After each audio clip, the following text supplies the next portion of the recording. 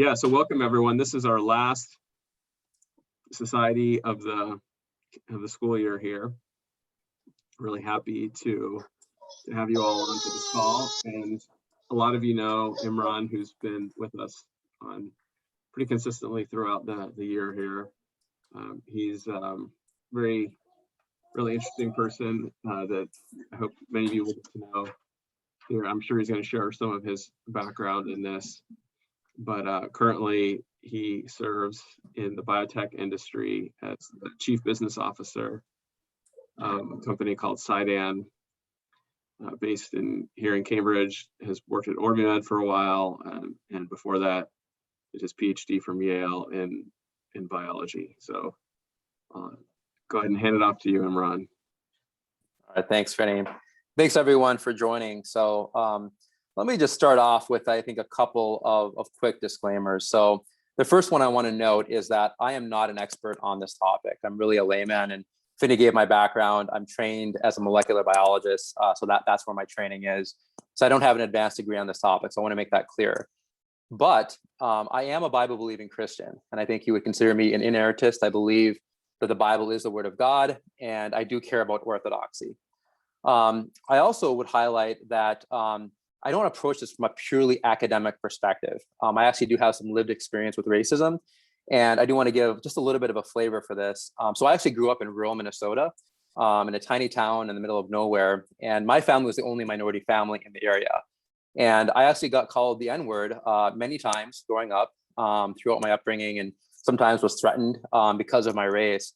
And as an example of that, actually one time I was running. I was actually a long distance runner. And one time I was running, and all of a sudden this pickup truck full of some guys started slowing down as they approached me. And they basically had some racial epithets that they said to me. And I can't remember what else they said, but because I was so terrified at that time. But thankfully they began driving off. At that point, I actually jumped into the woods and found my way home through the woods because I was afraid they would come back and turn around. They actually did come back around, but I was in the woods making my way back home. So just want to say that I've had, a number of other experiences. So it's really, again, it's not to sort of, make this sort of a pity party in terms of the experiences that I've had, but I wanted to highlight that I'm very aware of the reality and the impact of racism. So as I critique CRT, I think it's important to note that I'm not coming from a very naive perspective when it comes to racism. The second is that I'm only going to be covering the tip of the iceberg. It's a vast topic. I feel like I'm only knee deep. I'm still learning. So again, I want to really approach this with a spirit of humility. There's a lot to learn. I'm knee deep where others are really diving in the deep end of an ocean on this vast topic. So that being said, let's dive in. So 2 to 3 decades ago, CRT was really discussed mostly in academic settings. But in recent years, there's been a huge interest in the subject, and it's mentioned, I think, in the media on a very regular basis. So some examples are shown at the top. Trump banned CRT training in federal agencies, and various states are now trying to prevent it from being infiltrating into the school systems. A particular interest, I think, for this discussion is that there's actually a debate within the church, and this is highlighted towards the bottom. So within the Baptist church, there are those that feel it could be a useful tool, and that we should actually be open to using some components of CRT. On the other side of this are those within the Baptist church that have condemned it in the strongest terms, right? And you can see some of this as well below. And this has actually led to the departure of some people in the Black community. And I think here shown 2 prominent Black pastors that actually left the SBC due to its criticism of critical race theory, right? So it's a vast topic, and it's really had very huge significance within the church as well. I think there are a couple of camps, I think, when it comes to this issue within the church. And I'd like to highlight 2 of these perspectives with a couple of individuals that I think epitomize both of these camps on this particular topic. So the first is Christopher Rufo. And Christopher is a journalist who's actually received many different whistleblower calls and emails on how CRT is infiltrating society. And I think the concern here is that, there's a leftist idea coming from woke culture that is infiltrating the church and society, right? And I think just to read a little bit, what does critical race theory look like in practice? The Sandia National Laboratories, which designs America's nuclear arsenal, sent white male executives to a 3-day re-education camp where they were told that white male culture was analogous to the KKK, white supremacists, and mass killings. The executives were then forced to renounce their white male privilege and write letters of apology to fictitious women and people of color. In California, an elementary school forced first graders to deconstruct their racial and sexual identities and rank themselves according to their power and privilege. And it goes on to say, I'm just one investigative journalist, but I've developed a database of more than 1,000 of these stories, right? So again, this real fear, this real concern that this sort of Marxist ideology is infiltrating society as well as the church. On the other hand is Jemar Tisby, and I think he's, representative of the other camp on this issue. So Jemar is one of the leading advocates in racial justice. He actually recently moved to the Boston area, and I see he has a monumental work that I would highly recommend. It's called The Color of Compromise, that surveys racism within the church and throughout American history. And here, the view is that the critique of CRT is actually just a distraction from the real problems of racial injustice. And so Jemar, this is really referring to the Southern Baptist condemnation of CRT. I take no pleasure in writing posts like these, but certain things must be said. By highlighting CRT as particularly acute threats to Southern Baptist orthodoxy, the seminary presidents take aim at virtually anyone who advocates for racial justice beyond hugs, handshakes, and symbolic statements. For several years, fundamentalist Christians have positioned CRT as an epithet. It's the theological and ecclesiastical equivalent of the Red Scare. Slap anyone with the label critical race theory, and they automatically become enemies of the church. There's no form of theological compromise that is more American than vigorously opposing those who advocate for racial justice while remaining silent about racism and whiteness running rampant in the church. And another tweet, he says, the Christians hollering about CRT have invented an enemy that they can decry and use to stoke fear. Meanwhile, the real enemy within the camp is white supremacist Christian nationalism, but it's so familiar to them that they don't even recognize the threat. Right? So you can see sort of the polarization between these two different views, right? So I'm going to actually just go to my conclusion up front, right? The question being, which side is quote unquote right?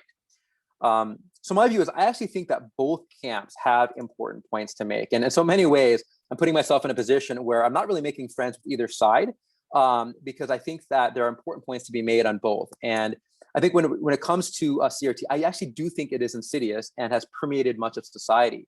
And I think as a worldview, there are many ways in which it is incompatible with Christian orthodoxy, right? With that being said, I also agree with Tisby that racial injustices have a very long history in the US.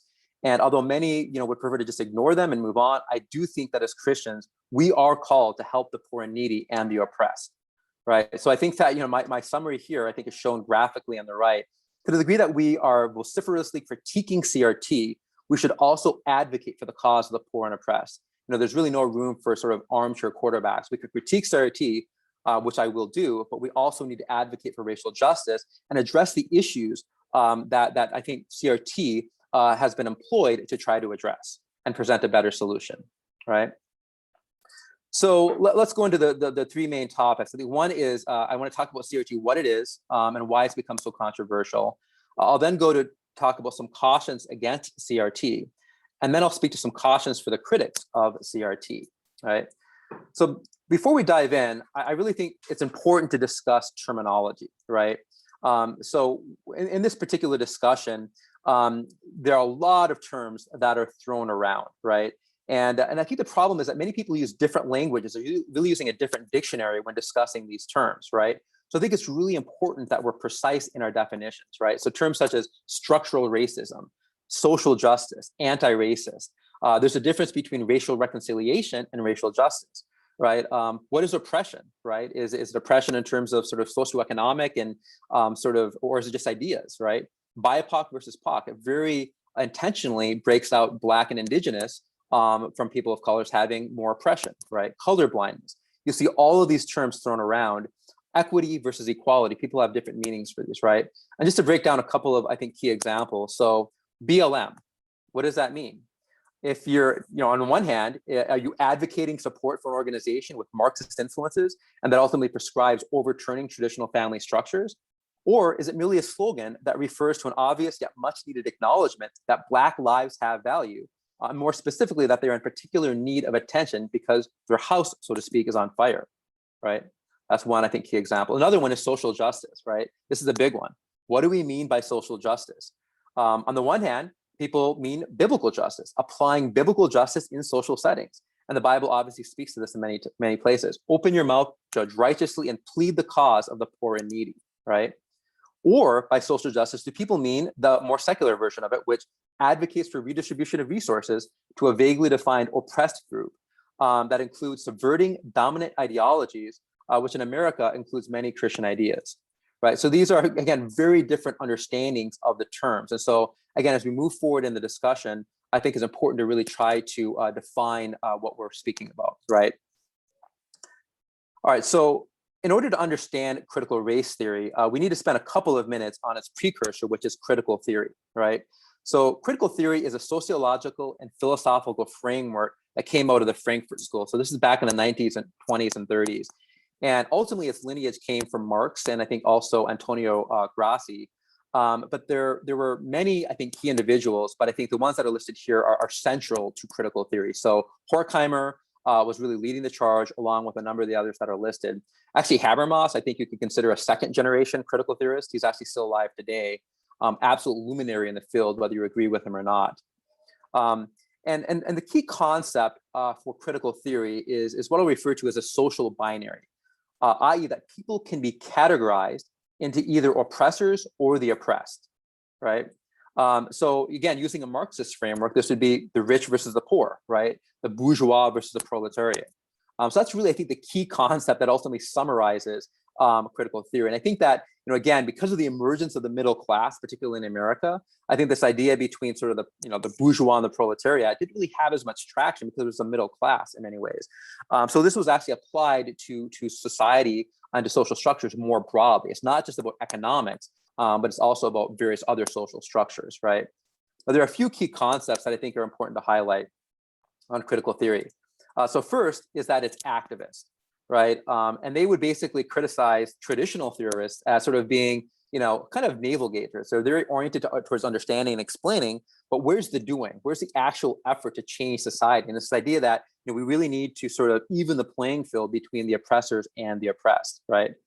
The second concept is that there's a real focus on context. So context is really prioritized among critical theorists, both the historical context as well as experiential context, which is ultimately influenced by power structures in society.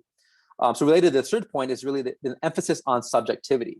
And it's really this idea that truth and knowledge are situated based on an individual's perspective, right? And this is in some ways in contrast to the positivist view that truth is objective and really independent of someone's perspective, right? And I think part of the idea was that, well, science has actually been a tool of oppression. And so in some ways, it's a critique of modernism. So with that background, let's dive into critical race theory. I'll unpack this more, but very simply, critical race theory infuses race into critical theory, right? So it's no longer just about oppressors and oppressed, but it's also really more importantly about racial oppressors and the racially oppressed, right? So let's fast forward several decades to the civil rights era and really the post-civil rights era. So there are several key individuals that were really instrumental in critical race theory. Of particular, I'd say Derek Bell, who is considered the father of critical race theory, and his protege, Kimberly Crenshaw, who's still very active as a professor at UCLA Law. Both came out of Harvard Law and were experts in legal studies. And so critical race theory actually came out of critical legal studies that really emphasize the inherent biases in law, right? The law itself is a tool of the oppressor and specifically is used to oppress racial minorities, right? So this is really the foundation for critical race theory. The coin was turned by Crenshaw in 1989. Unfortunately, there really is no specific definition that I can point us to for a critical race theory, right? In some ways, I think it's somewhat intentional in that it allows it to evolve. So there's no specific unchanging definition. It's been described as a movement, as a framework, as an approach. But going to the source, Kimberly Crenshaw, she describes it as a practice. She says, critical race theory is a practice. It's an approach to grappling with the history of white supremacy that rejects the belief that what's in the past is in the past, and that the laws and systems that grow from that past are detached from it, right? So I know I said that there's really no sort of one definition or uniform understanding of CRT, but I will actually discuss what I think are sort of key tenets of CRT. And again, different people have tried to break this down. If you look into it, people will break it down into 5 or 6 tenets. Some will break it down into these 5. Others will flesh it out into 10 or 15 different tenets. But I think these are, I'd say, the key ideas that are infused within critical race theory. The first is counter storytelling. This is a very important part of CRT. It's really that the lived experience of the oppressed can be an authoritative resource that opposes the dominant narrative and ideology. The second is the permanence of racism. Now, this is the idea that racism is the rule. It's not the exception. And this is a concept that things really haven't gotten much better, right? Instead of the idea that, well, you have the civil rights era and things have gotten better, over time, this would say that actually, it's not really gotten that better. It's just changed form, that racism is effectively embedded in the fabric of society and just merely changes form. The third is this concept of whiteness as property. Race is a social construct, and that it was really used to the advantage of white people historically. The fourth is this idea of interest convergence, that white people will only support progress if it benefits them. It relates to this idea of sort of convergence of interests, right? And as an example, they would say, well, the point of desegregation and white support of it was really that it benefited them in terms of making their image look better internationally. So it takes a very skeptical view on anyone who is white who advocates for racial progress. And then the last key concept that I want to highlight is really a critique of liberalism. Again, it's this idea of the critique of the meritocracy, i.e. that all you need to do is work hard and you'll succeed, right? It also critiques the idea that laws are neutral or that laws are colorblind, right? So I think the last concept that I want to highlight here is that CRT is intrinsically linked to the concept of intersectionality. Right, so this is a term that you'll hear, pretty much every time you turn on the news. It's very common today to speak about intersectionality. This was a term that was also coined by Crenshaw back in the early 1990s.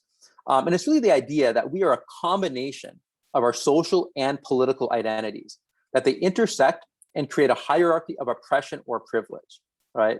So you can see the graphic on the left here, and it really shows that, again, an individual has gender, language, age, class, race, etc. And that essentially these particular identities can be combined to create essentially a hierarchy of discrimination or a hierarchy of privilege. I think one example of this is shown on the left. It's one thing to say, okay, well, you're a female and therefore you're oppressed by males, right? But it's another thing to be a Black female, right? This is a book, actually a textbook by Gloria Hull. And I think it sort of states that, captures this concept well. All the women are white, all the Blacks are men, but some of us are brave, i.e. the Black women, right? So again, I think this is a really important concept to understanding critical race theory. So before we critique it, what are some of the strengths of CRT that we can take, again, predominantly from a Christian worldview, a Christian perspective, right? I think the first is that CRT does recognize that oppression of other humans is evil, right? And I think this is really important. It shouldn't require much explanation. The Lord looked and was displeased that there was no justice, right? And many verses in the scriptures that speak of oppression and God's hatred of oppression of other individuals, right? The second is that CRT recognizes that dominant narratives actually have prevailed throughout history and shaped society, and there is a need to hear the voices that have been silenced, right? And I think that, again, as Christians, we believe in the Imago Dei, that we all have the image of God, created in the image of God. And there is a need to hear all voices here. And I think that speak up for those who cannot speak for themselves, for the rights of all who are destitute. Speak up and judge fairly. Defend the rights of the poor and needy, right? So I think this is a sort of a concept, at least, that I think is consistent with scriptures. The third is that CRT focus on historical context. And again, I think this is really crucial to understanding sort of any social issue, including racism, right? And again, I would also say this is very consistent with Christianity. The Bible, in many ways, is a history book. It's obviously much more than that, but the idea of looking at history and understanding it informs how we live is really crucial Christian understanding. And actually, Finney is very big in this and understanding the New Testament church. How did they practice Christianity, which I think is absolutely crucial, right? So I think I actually want to spend a few minutes on this. I think that history actually does matter. And so before I move into the critique of critical race theory, I think it's relevant to actually understand what is the history that actually led up to critical race theory. It was not developed just in a vacuum, right? It wasn't just sort of academics that were, sort of navel gazing and thinking, well, how can we apply Marxism to today's society? So let's actually talk a little bit about the history. All right. So 1619, has anyone heard of the 1619 Project? So the first slave ship arrived in Jamestown, which really began a centuries-long brutal practice of chattel slavery in the US. Blacks were sold and treated like property. Fast forward a couple hundred years, Trail of Tears in 1830. So you had the Indian Removal Act, which really resulted in the forced displacement of tens of thousands of Native Americans. 1857, this was the infamous Supreme Court decision that said that slaves could never be citizens. An interesting footnote on that actually is that Frederick Douglass actually saw a silver lining in the Dred Scott case. So it was clear that it was very much against Black people, but he basically correctly predicted that this was such an untenable position that it would usher in the complete overthrow of slavery. And in fact, it did. So you fast forward a few years and you have the Emancipation Proclamation that declared all slaves shall be thenceforth and forever free.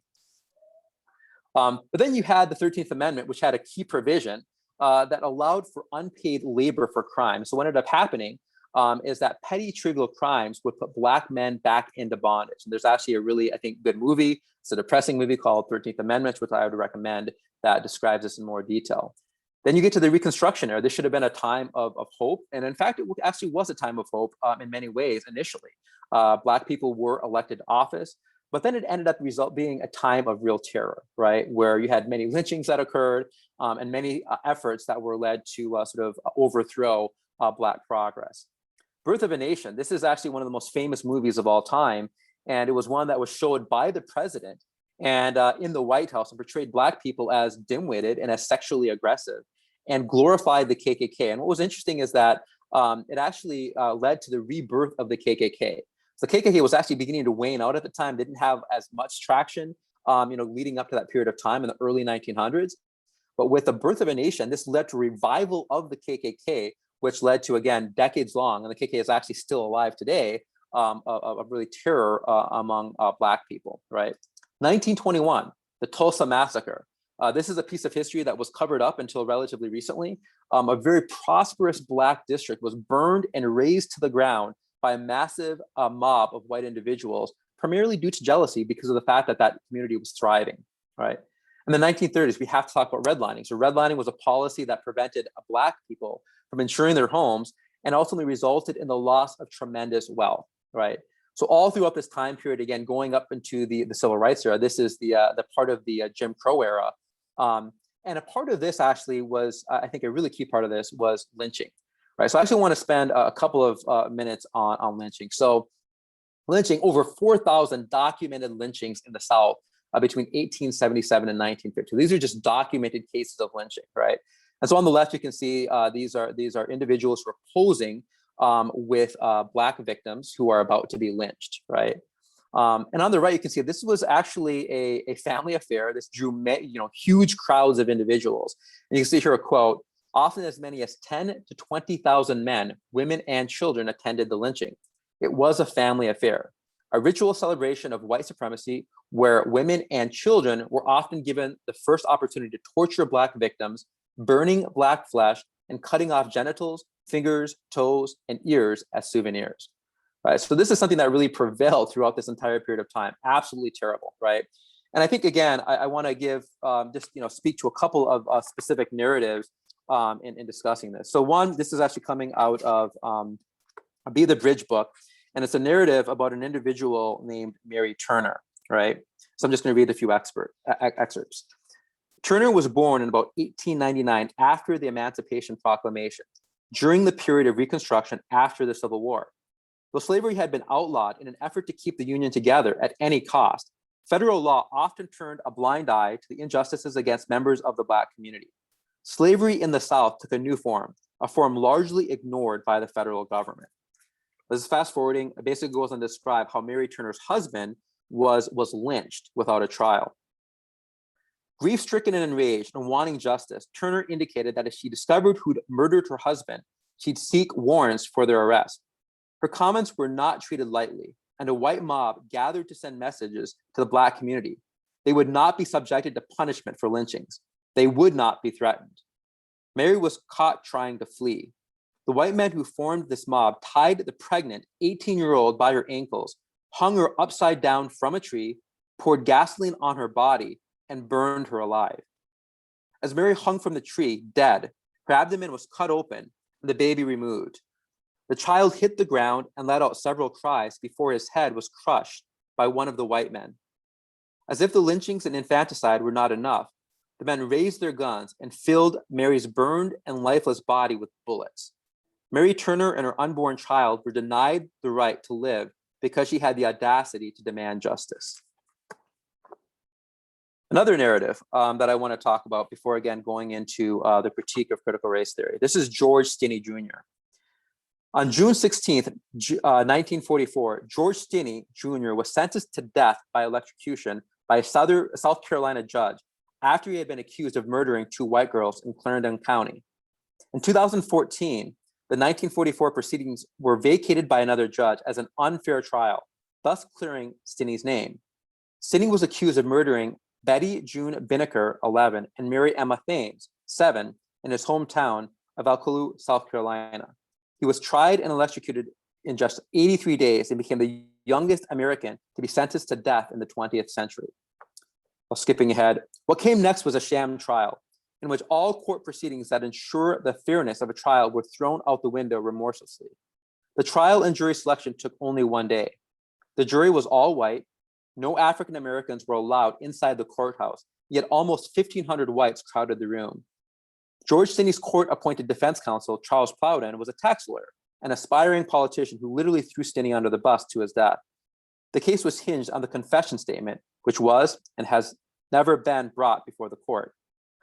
It has the only evidence against Stinney. 3 police officers testified that Stinney had confessed to murdering the 2 girls, but Plowden did not challenge this. The trial did not last much, only 2.5 hours, and the all-white jury of 12 men deliberated for less than 10 minutes. The jury found Stinney guilty of 2 murders, with no recommendation for mercy, and Judge P.H. Stoll sentenced Stinney to death by electrocution. Stinney's counsel did not file any appeal. Stinney was executed on June 16, 1944 at 7:30 p.m. The guards had difficulty strapping him into an electric chair made for adults because of his small stature, standing 5 feet 1 inch and weighing just 95 pounds. The Bible was used as a booster seat because Stinney was too small to fit the electric chair. His father gave him his last words at the electric chair. George was asked to give his final words, but only shook his head.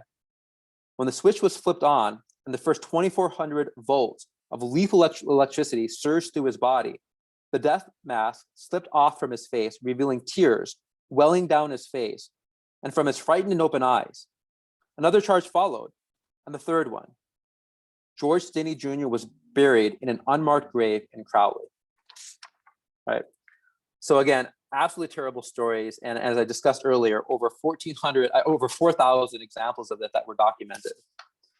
So with this background, I think it's just really helpful to understand, what led up to critical race theory. All right, so just to finish this up, 1955, 14-year-old Emmett Till was kidnapped and murdered for whistling at a white girl. There's actually a key event that led to the Civil Rights era. And the Civil Rights Act was signed into law in 1964. But the struggle was not over. There were high-profile assassinations, including Martin Luther King. Right, so this is really the time period of the post-civil rights era where there was very high tension. Riots were happening all over the country. So again, I just want to highlight this is actually the context in which critical race theory was formed. Right, so it wasn't in a vacuum. A bunch of navel-gazing academics. This was really in the midst of a struggle in the Black community. So with that context, I do want to go into some critiques of critical race theory because I think that there are some serious cautions that we need to consider as Christians. All right, so the first is with respect to epistemology and how we understand objective truth. So again, without reviewing centuries of philosophical discourse, broadly speaking, there are really 2 branches for how we obtain knowledge or epistemology. The first is logic and rationality. And this, I think, is epitomized by Descartes' cogito, I think, therefore I am, right? The second branch would be empiricism. And again, this is really an experimental and experiential branch of epistemology, what we can know directly through our senses, right? So this really highlights, the one of the aspects of critical race theory, which emphasizes, I'd say prioritizes the lived experience of the oppressed, right? So within empiricism, there's several sort of components in terms of how we obtain knowledge, right? So perception and sensation, scientific experimentation, data collection and analysis, but then lived experience, otherwise known as testimony, right? And so I think that, with respect to lived experience, it really relates to this concept of standpoint theory, that knowledge is always socially situated, and that the oppressed have special access to that knowledge, right? And I think it's really this last subpart that I think is most relevant, CRT, that I think that sometimes this prioritization can actually lead to what I'll show here on the right, is elevation of oppressed voices and demotion of what's considered the oppressor voice, independent of what might sort of be objectively true, right? So again, you can see here that there's sort of many different intersections, and sort of in the blue, these are the oppressor categories. So white people, men, cisgendered people, etc. And then in the middle are sort of the voices of the oppressed, right? And I think that in sort of framing this, what critical race theory will do is that it will say, well, the oppressed have special insights into social reality through lived experiences. On the other hand, those of the oppressed category are blinded by their privilege, right? So that if you are, you fit this box, that this will really be met with a large degree of skepticism. If you're a white Christian heterosexual male, for example, you're blinded by your privilege, and therefore what you say needs to be met with skepticism, right? And so I think this is really a key issue that I think Christians need to grapple with, is that ideas may be divorced from objective reality and evaluated mostly based on the group identity of the person expressing this, right? So I think that that's a key point to consider. No, I will say that lived experience is a path to knowledge, and I think it's important to acknowledge this, right? So just to give an example of this, this is actually taken an analogy from Be the Bridge, and just basically describe, well, what's the objective truth? The objective truth about dandelions is that dandelions are a plant, right? But how you understand this objective truth will really depend on who you are. If you're a 5-year-old child roaming through fields of dandelions, but dandelions might be the best thing in the world, right? However, you're going to have a very different perspective on dandelions if you're an herbalist, or particularly if you're a suburban homeowner who is trying to get rid of these dandelions, right? So I think, again, we should acknowledge that a person's lived experience does influence how they understand objective truth. Another example actually is just putting this example up. If you're driving through the rural deep South, right? Your sort of lived experience might vary depending on who you are and depending on your identity. If you're a white individual driving through the rural deep South, you may say, well, there's no racism. This is totally fine. This is, people are very friendly, very kind, and that was, your lived experience. However, if you're a Black individual driving through the rural South, you might have a very different experience, right? Driving and seeing Confederate flags, you may be being mistreated potentially. I think, again, your lived experience, I think, will influence how you experience truth, right? But I want to emphasize that lived experience is not the path to knowledge, right? So objective truth is very foundational for Christianity, right? And so I'd say, this is an example, Christianity is founded upon objective truth claims, right? That these objective truth claims are knowable by everyone. There are no specific ethnic races that have special access to that knowledge. And I think this, frankly, is one of the flaws in sort of Black liberation theology, which I'll get to in a couple of slides. So I think that, we do need to acknowledge that lived experience is important. It must be rooted in objective reality, right? So I want to actually get to a sort of a quote on this. This is actually from Neil Shenvi. It says, if our approach to theological truth instead focuses on the group identity of the person, then we may have unconsciously adopted a postmodern approach to truth that sees truth as a subjective social construct rather than as correspondence to objective reality, right? So again, this idea that, well, your truth is your truth, my truth is my truth, again, based upon lived experience. Again, I think that's something that we need to be cautious about from a Christian perspective. Well, the second point that I want to make is that critical race theory really has a focus on identifying based upon our race, right? And I think as Christians, our primary identity is as followers of Christ, right? And I think that this is a really important concept to really know. There's nothing more important than our primary identity as followers of Christ, not our careers, not our family, not our heritage, not our nationality, and not our ethnicity, right? And I think that, CRT's focus on race as a primary identity, I think, leads to a couple of concerns within the church. I think one is that it can build walls that are defined by racial categories, right? Sort of us versus them, the Black churches versus the white evangelical church, right? I think that these are walls, and I think that Jesus actually, fervently prayed that we'd be unified as followers of Christ, right? For as many as were baptized into Christ have put on Christ. There is neither Jew nor Greek. There's neither slave nor free. There's neither male nor female, for you all are one in Christ Jesus, right? I think the second point is that it doesn't recognize individuals. It really treats people as part of a larger group based upon what boxes they check rather than as individuals, right? And so this gets back into sort of intersectionality. I've shown a couple of examples in the political arena, right? Where if you're Black, this is sort of the Black perspective, but it doesn't really recognize individuals within a particular perspective that may have different views, right? And again, I would say that this is sort of the extreme views of critical race theory. And again, I would say that there are Christians who are open to critical race theory, who would not accept these more extreme ideas. The third point that I want to make is that, third caution rather, is that from a Christian context, if adopted as a worldview, CRT can lead to unbiblical theology. And specifically, I want to highlight soteriology, or the doctrine of salvation, right? So, CRT worldview bifurcates people into either oppressed or oppressor categories. And this can really lead to the idea that the ultimate good, in fact, the means to salvation, is to liberate the oppressed, right? And I think that Orthodox Christianity, i.e. the Bible, teaches that Jesus came to save us primarily from sin. And I think this is one of the errors of Black liberation theology that was heavily influenced by critical race theory, which suggests that savior theology is a white man's trick, right? So reading the quote here, unfortunately, the post-Civil War Black church fell into the white trick of interpreting salvation in terms similar to those of white oppressors. Salvation became white, an objective act of Christ in which God washes away our sins in order to prepare us for a new life in heaven. And I would say that, the idea that God came to save us from our sins, that this is the primary focus, it's not a white ideology. This is a Middle Eastern concept. The Bible was written by mostly Middle Easterners, right? It was also written by people from all different categories, written by people that were oppressed, as well as people that were rich and were kings, right? So I think that this idea of really kind of putting white people in one category and Black people in another, and then sort of rejecting what's considered white theology related to salvation, I think is a mistake. I think this is also evidence in Ibram Kendi, which I'd say he's kind of a second or maybe even a third generation critical race theorist. You can see some quotes here. Savior theology is a different type of theology.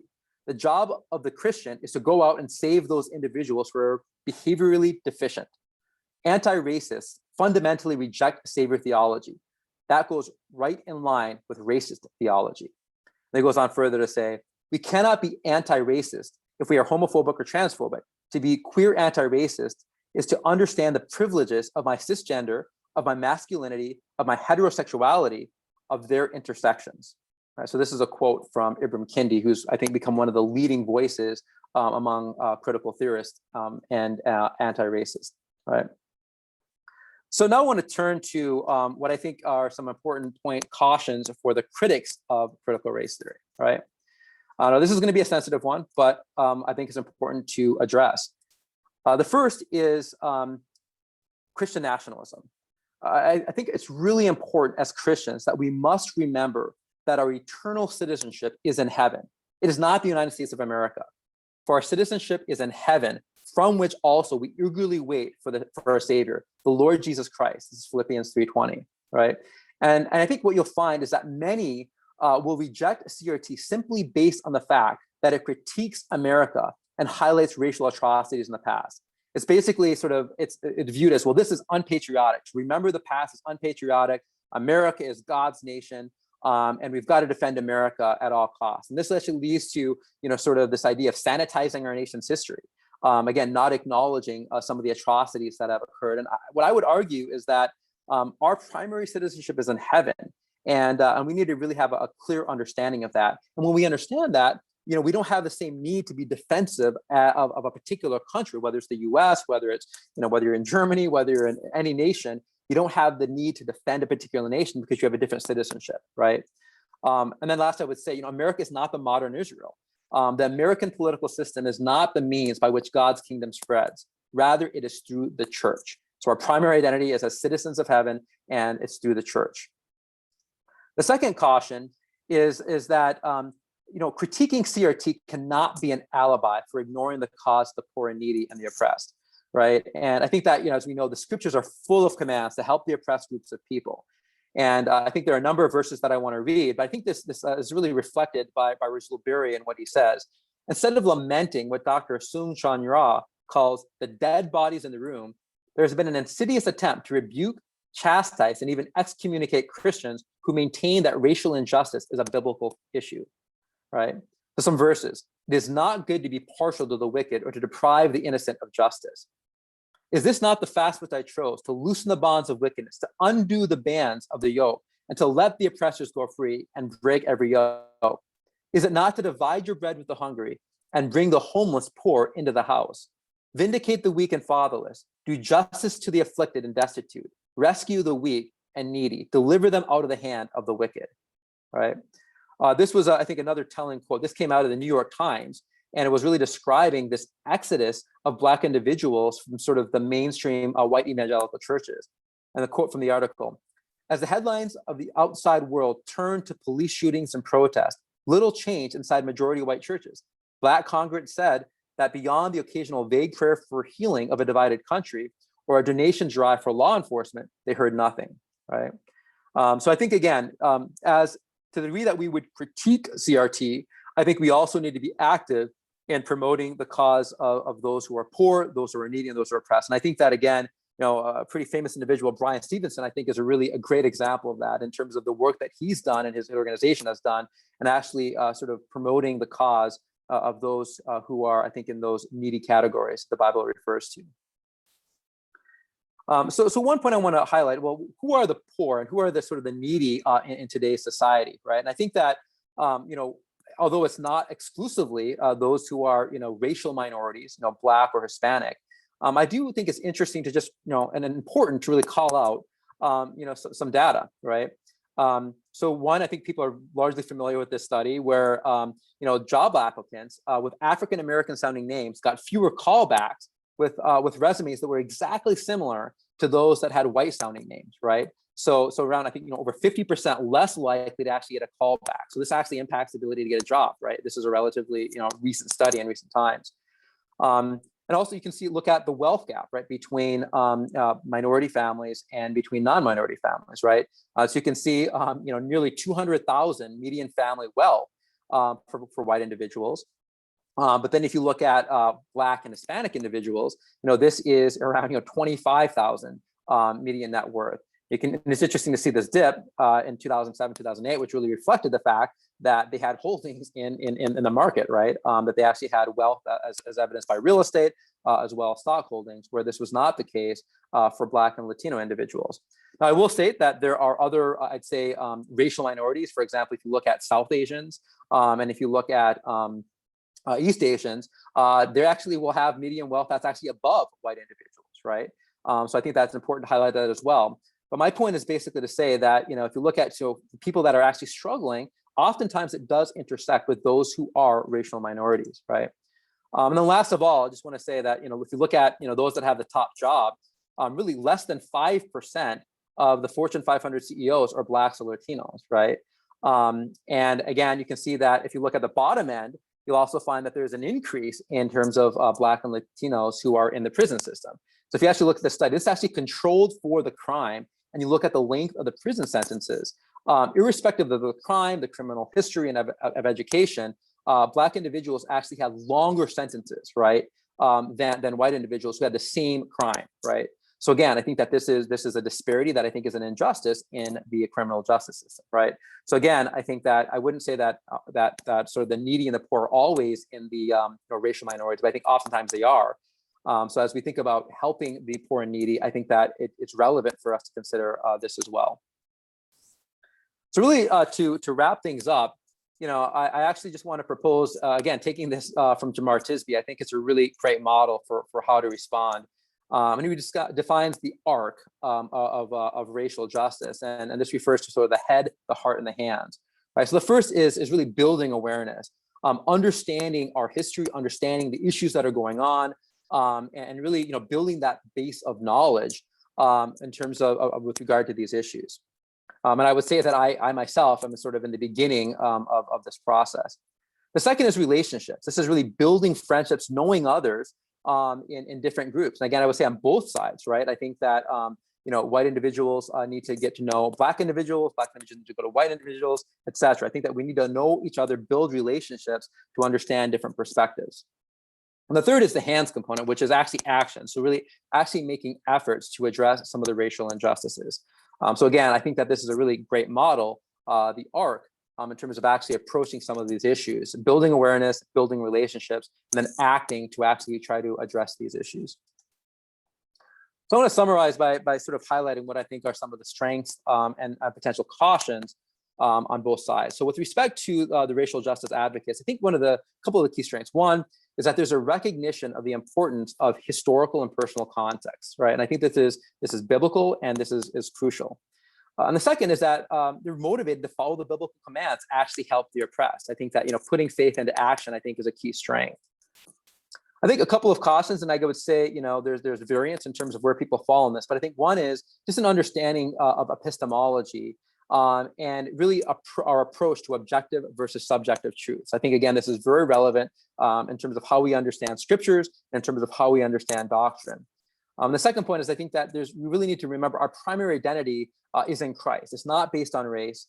He came first and foremost to save us from our sins, right? So with respect to the CRT critics, I would say, one of the strengths really is that there is a passion for orthodoxy, and I think that is important. We want to ensure that the church embraces biblical theology, and we do need to safeguard against sort of unbiblical ideologies. However, I think a couple of cautions is that we need to be aware of Christian nationalism and American exceptionalism, where there's an emphasis on our citizenship in a particular nation rather than our citizenship in heaven, and sort of the resistance to criticizing and understanding American history. I think the second is to be aware of passivity and complacency on these issues, and on issues that impact the oppressed. So with that, I think there are a number of resources. Again, I have a ton of resources that I could recommend. These are resources from really representing kind of both sides of the issue. I'd highlight actually Christianity Today. They have a great series called The Exchange and Framing Critical Race Theory that presents articles really from both camps, as I've described earlier. And again, a number of books that I think I would recommend, again, representing both sides of the issue that I think would be helpful in this dialogue. So with that, I will finish. I think I finished in 50 minutes, but I think I'll just kind of leave it there, and happy to open the floor to discussion. Yeah, thanks so much, Imran. That's great. So we have actually a lot of participants on the call today, and I'm sure there's a lot of questions there from what you raised. I guess one, I'll kick it off with the question. You covered a lot of ground there. I noticed you didn't have, in terms of your sources, some of the voices that I've seen, like Shelby Steele and Thomas Sowell and others who have advocated. They're both African American writers who have described that they see the problem, but they feel that the typical solutions that are out there actually make it worse. And they're very big on this notion that if you look at, for example, the integrity of the African American family, it has gotten way worse post civil rights movement than pre, and they'll point to a lot of the entitlement systems and welfare systems, etc. And they believe that basically there's well-meaning people on all sides, but that these solutions have, as I said, really exacerbated the problem, and that there has to be alternative solutions, not just trying the same thing again and again. I'd love to hear your comments on that. Yeah, no, thanks, Vinny. I think that's actually a really good point. And I think that, what I did not dive into is what are specific solutions, right? In terms of addressing some of these racial disparities and some of these issues, right? That's a whole can of worms that I think is a vast topic, right? And you have people who on the conservative side will have a certain set of solutions that they think will genuinely help the Black community. And they have people on sort of the left side of the aisle who have another completely different set of solutions that they think will address the issues. I think really I think the purview of my talk was really to focus on, well, the fact that there are racial disparities and the fact that as Christians, we need to do something, right? And again, whether you want to do something that's more on the conservative side of the aisle or more on the liberal side of the aisle, okay, that's up to you. And again, that's beyond what I wanted to cover for this talk. And it's a very active debate, right? But I think that's a really good point. There are voices on both sides in terms of the liberal approaches and the conservative approaches. But my point is that let's talk about these issues. Let's be aware of some of the unbiblical issues of CRT. We can't just take everything with CRT, and let's do something about it, right? Thanks. All right, we'll just open it up. Whoever would like to ask a question, feel free to unmute yourself and speak.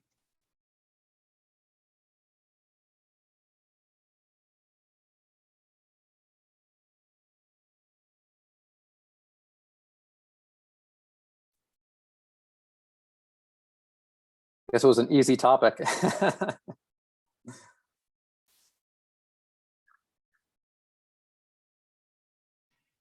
All right, I'll ask another one. And again, feel free to raise your hand or just unmute yourself. So you mentioned before something that I think you did a really great job depicting, which is the elevation of the narrative or the personal story in establishing truth as opposed to something more objective. And so using statistics or using something from an external source, for example, is generally downplayed. I'm interested to hear your perspective to go a little bit deeper on that, Imran, if you could speak about that, because on the one hand, what do they say? There's that line that if someone is killed, it's a tragedy. If a million people die, it's a statistic. That it's very easy to make things very emotional and heartfelt insofar as you render it as a story, and you don't look at the aggregate. And that's a very old trick that people have used for many centuries. I'm interested to hear your perspective on CRT as relates to that. Do you feel that, and I'm definitely not an expert on CRT at all, but do you feel that CRT is grounded well in statistical approaches? You did some of that with your showing of wage rates and wealth, but it seems like, at least when I read in the news, it seems like it's much more based on individual cases and narratives. Could you comment more about that? Yeah, I know it's a really important topic. And I think, again, it depends on sort of, where somebody would fall on the spectrum of embracing CRT. Different people have sort of different perspectives on that. I think some would say, that, again, it's kind of the chew the meat, spit out the bones approach to CRT, right? And I think this is what you sort of find among some Christians. And actually, I think that there's some some validity to that. One of the things I think is valid is that I do think lived experience is important. I think that lived experience of certain people is important to informing the discussion, right? But I also think that statistics are important, right? So I think we can't have one without the other.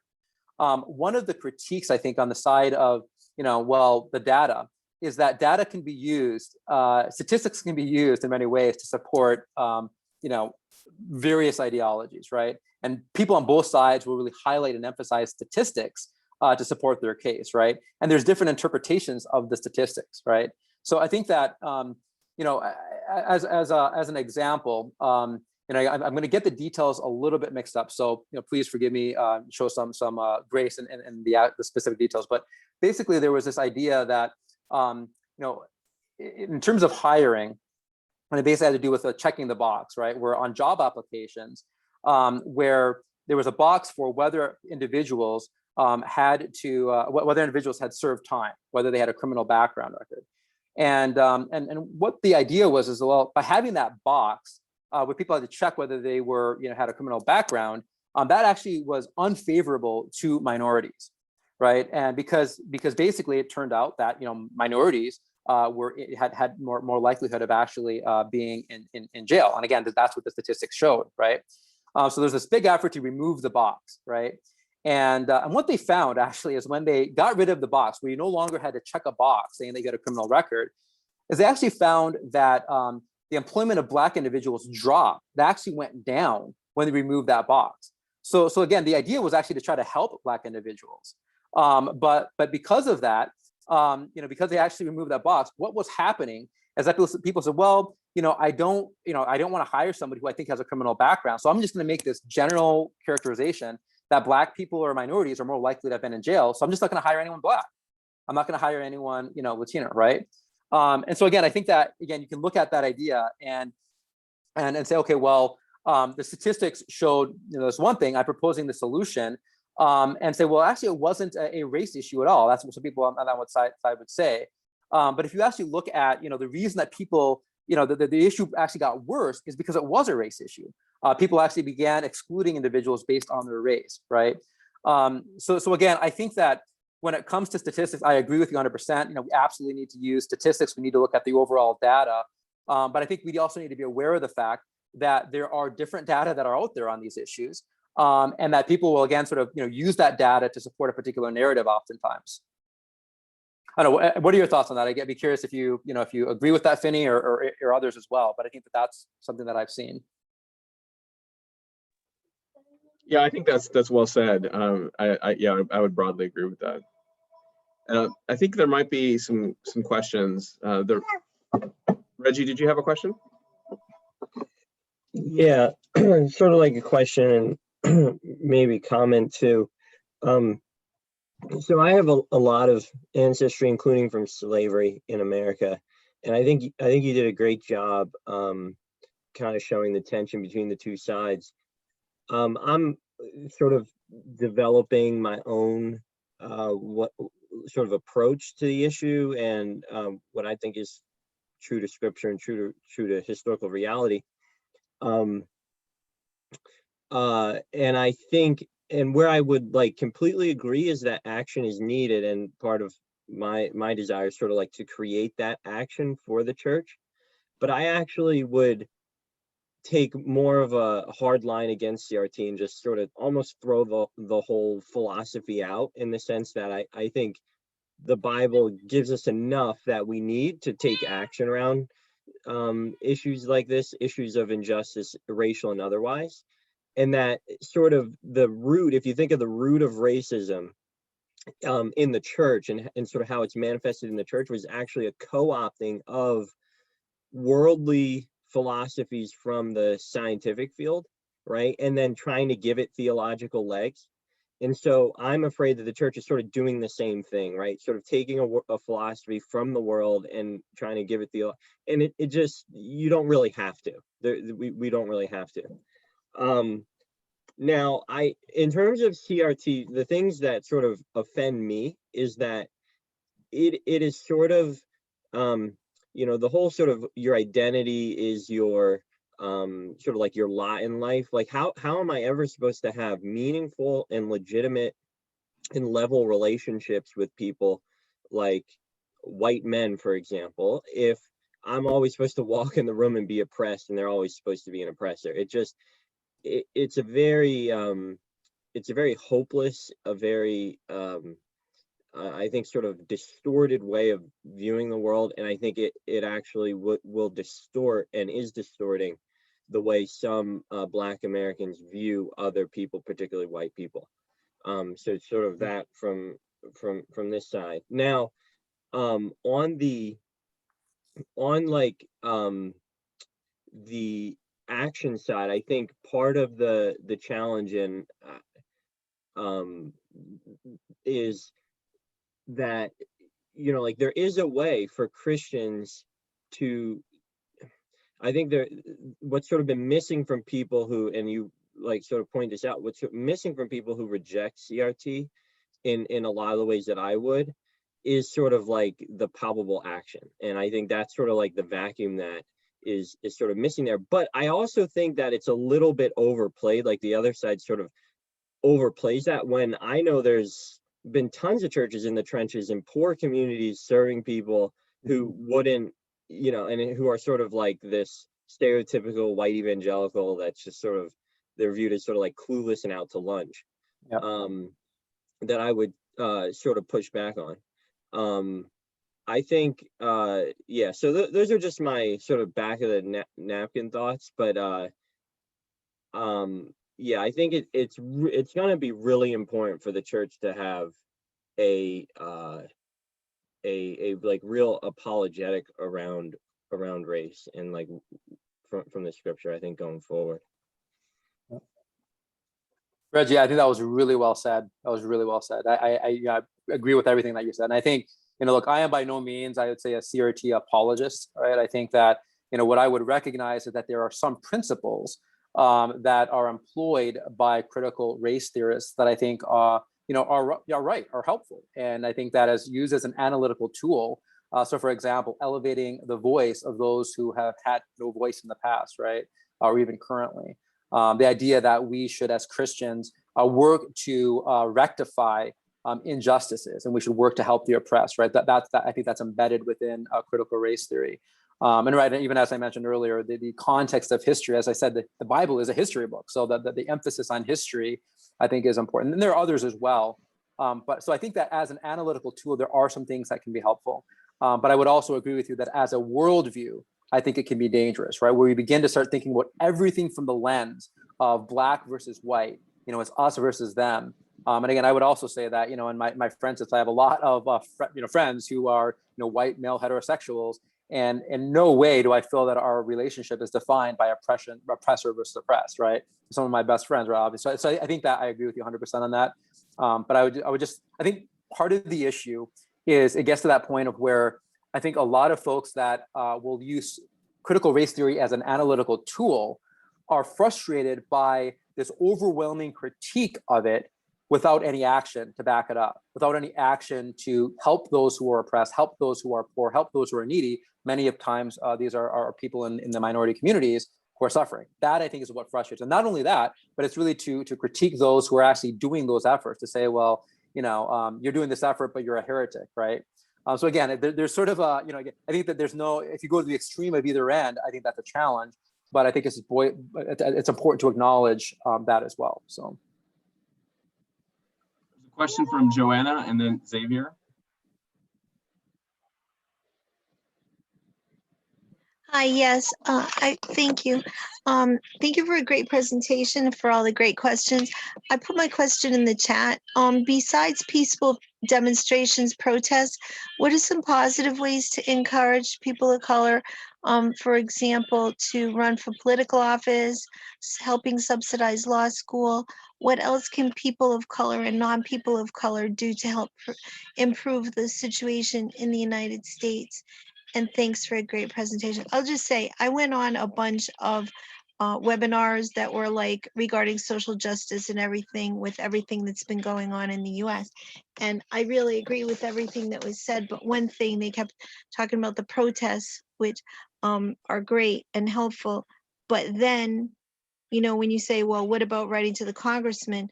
It's not as well received. However, look at what the difference Raphael Warnock made running, and even Tim Scott. And what else do you recommend? Thank you very much for a great presentation. No, thank you. And I'll start, but I know there are folks on this call who have thought about it a lot. So I'll ask for input from others as well. But I think you're right. I think that I proposed the model, and actually took that from Jamar Tisby, ARC, right? Building awareness, building relationships with individuals, and then, commitment. And part of the question, again, Jamar has an entire book on this, in terms of, an entire section on this in terms of commitment. What are some things that we can do, practically and politically, to help address some of these concerns? And again, I think that there are a number of things. I think, for example, supporting Black businesses, right? I think that, again, part of the question then comes down to, and there's this whole debate between, again, sort of, what do you mean by systemic racism? And so this idea between, on the one hand, people really that emphasize sort of this idea of individual agency, of individual responsibility, and then others that emphasize, well, there's these systemic factors, systemic structures, really that are at play, right? And I think depending where you land on that camp, And frankly, I come from the view that is both. I think that there are systemic factors that have happened historically, and redlining and all these other things that have actually led to the current situation. But I also think individual agency is important. And, Finney had mentioned Tom Sowell and many others who really highlight that, individual agency is important. So I guess, without going into sort of the politics of it, I guess what I would say is that, we need to have efforts to, I think, help these individuals, again, whether it's sort of, through mentoring. Again, that's something that I'm, acutely involved in, is sort of mentoring people from, who are coming from these different backgrounds, again, who are facing many of these identity issues that I struggled with as a youth. I think that efforts to actually help immigrants, for, help people who have come to this country who don't have the resources, don't have the connections, don't have the languages, right? So I think, again, and I think as Reggie had mentioned earlier, I think it should be acknowledged that, the quote white evangelical church is doing a lot in these areas, in terms of, making homes for, for individuals, for women, for, there's a lot that is going on. So I think there are a lot of efforts that we can do in terms of action. And I listed a few, but again, I would actually ask others on the line who have, actually frankly thought about this more than I have, to make comments as well.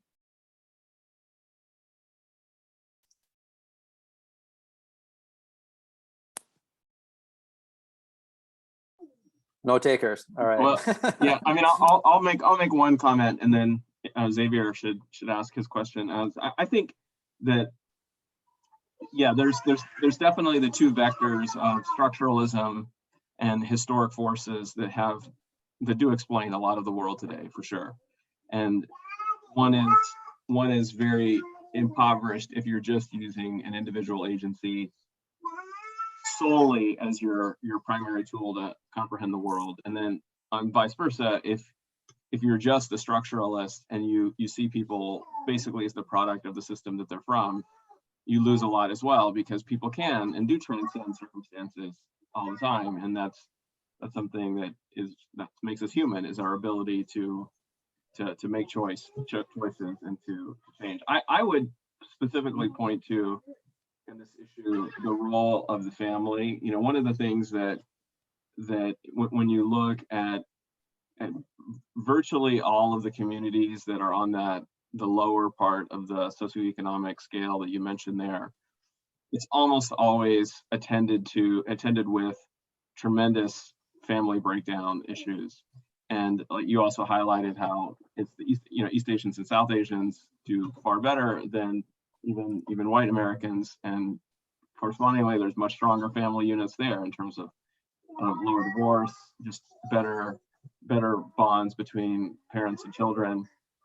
And I'm generally very skeptical of political solutions to remedy that, because it's just not the right tool to be able to strengthen families, and the government is not well suited to that. If anything, it can often make it worse.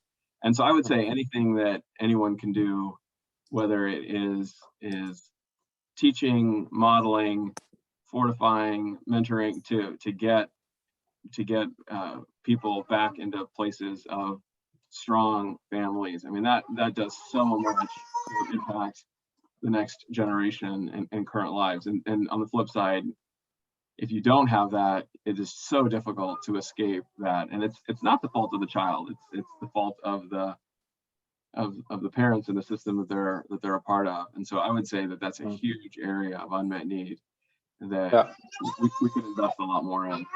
Yeah, and Finney, I 100% agree with that. And I think, one of the things that people will oftentimes point to is, again, sort of the lack of fatherless, for example, in the Black community.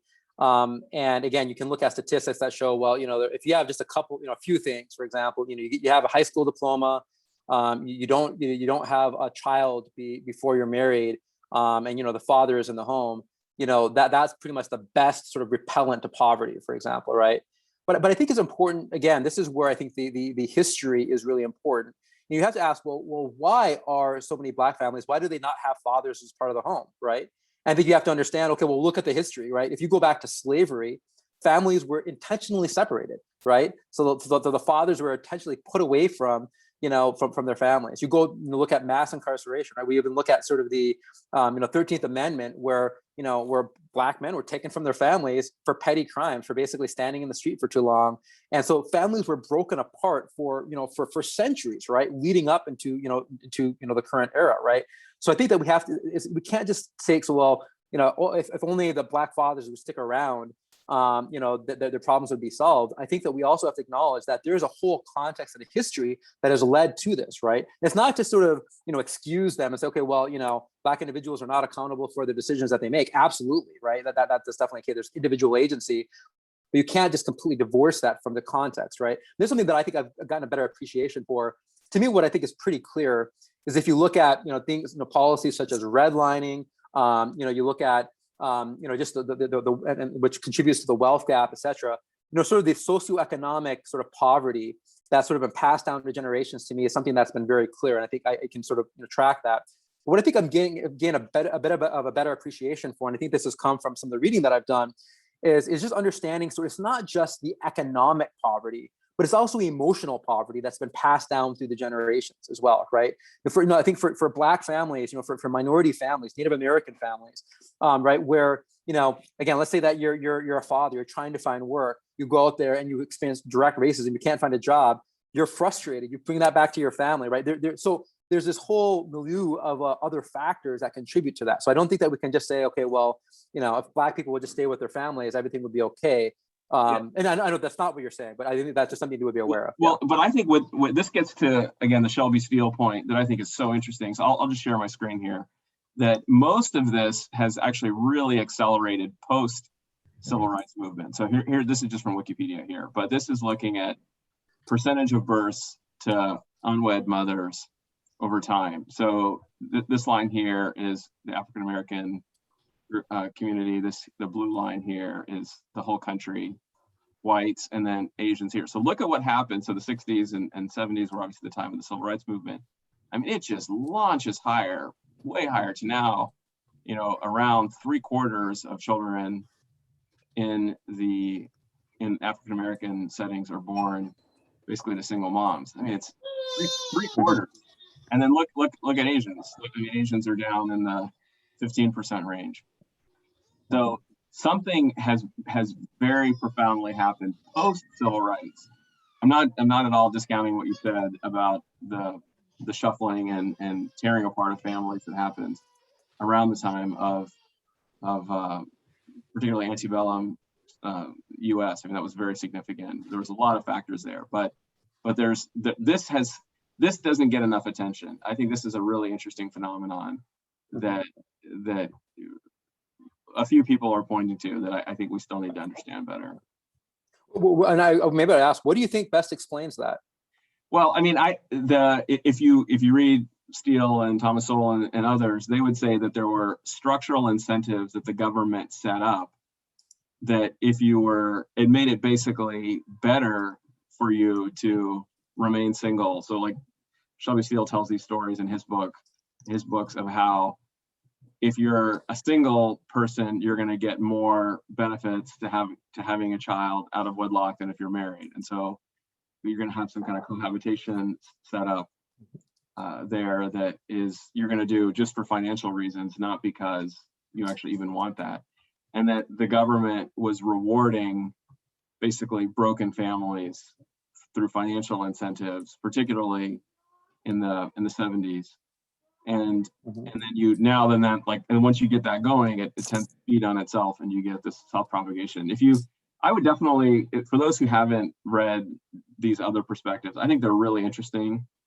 Thomas Sowell, I mentioned, Shelby Steele. Shelby Steele is an African-American writer from Stanford who's got a book called White Guilt, where he basically claims that the solutions that have been advocated particularly by the more left-leaning sides have actually been the drivers of this. So he's very, very strong on that point. I realize it's controversial, but I also think that it's something that few people even talk about. Right. There's some comments I think that are addressing that specific point in terms of why did it affect Black families more, and then also the role of mass incarceration. So I think that those are right. Yeah. Would anyone like to speak to that? Anyone? Well, Xavier's had his hand up as well, so maybe we can get to his question and then we can. Sure. Yeah, I guess like just thinking about that question about sort of the absence of Black fathers. Sarah's been pointing it out in the chat, but yeah, I mean, for sure, mass incarceration is one of the primary reasons, which is sort of not in, you know, in Imran also pointed to it in his presentation too. If you control for the crime itself, criminal background and all that, you see that there's actually, you know, there's data to show that there's a longer sentences for the same exact crime, right? And then when you think about things like the war on drugs, which was at face value was sort of like a race neutral sort of like, oh, we just want to get drugs off the streets, but in reality, these are our campaigns to specifically target Black communities. So, and those are just a couple of examples. If you watch the 13th documentary, it goes into like more detail. There's a lot of really important information there. But I think just returning to the this idea sort of about like the importance of like statistics and sort of weighing that with personal narrative, I think actually, I think that's one of the strengths of critical race theory is its heavy reliance on personal narrative. And that's not to the exclusion of statistics and data. But I think, I don't know, there are a lot of like scientists likely who are here. And I think we often think of data as being very sort of objective and very powerful, right, to have the numbers there. But I think we also have to acknowledge that data itself has limits to, if you think about policing data as one example, right, we often don't even have access to all of the data when it comes to policing because of the blue wall of silence, right? And so there's a complete lack of like a full sort of picture of what the data is around policing because there's a lack of transparency. So there has to be an acknowledgement that, of course, yeah, you need to rely on data, but data itself has limits because of racism being baked into the criminal justice system and the policing system. So I think, and that's one of the strengths of CRT as well, is it acknowledges that it's so pervasive to the point where you don't even recognize it, you don't even really see it. And so even when we try to rely on something that should be really powerful and should be really, you know, objective, like data or stats, even that, right, is not as reliable as we would hope for it to be because of these realities. And just sort of, I think another point that was brought up earlier was sort of like CRT as like centering race. But I think just going back to what Imran said earlier about the importance of history and understanding where CRT came from. So he mentioned in the presentation about like how CRT was birthed out of critical legal studies. And so it was birthed in the legal academy, right? And so critical legal studies specifically asserted, as Imran said earlier, that the law is not neutral. The law itself constructs racial identity. Sort of how we define who's white and who's not white has shifted over time. And the law has like defined these different racial groups and shifted them over time as well. But the law itself constructs the racial subordination system and hierarchy that we have. So I think CRT, it does elevate the importance of race. I wouldn't say that is saying that it's the penultimate identity, right? But the reason why CRT came to be was because critical legal studies tried to interrogate the role of the law in creating inequality, but what it failed to do was specifically interrogate race, right? That was why CRT happened, is that you have these scholars like Derek Bell and Kimberly Crenshaw who are part of the critical legal studies camp, but then this group of people, they were not interrogating or specifically looking at race. And so they're like, okay, we want to elevate these stories that aren't really being given any sort of airtime. So it's important to sort of like recognize that as the roots of CRT. It's not sort of like, wasn't created to like put race at the top of like, you know, as sort of like the ultimate identity. It was created to provide some sort of space to actually talk about it because people weren't really talking about it. So it's important to have that sort of historical context in mind when thinking about what the purpose is. Xavier, really, really well said. I think you articulated it well.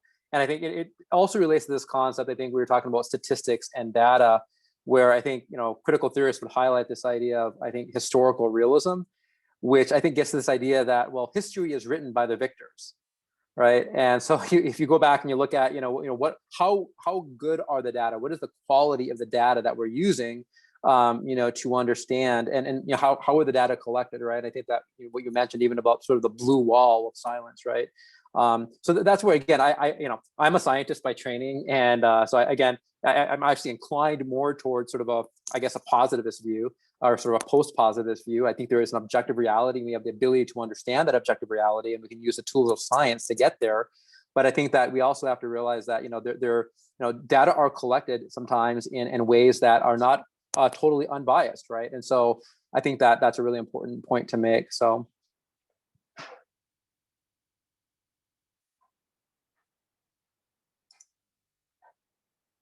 So a lot of comments.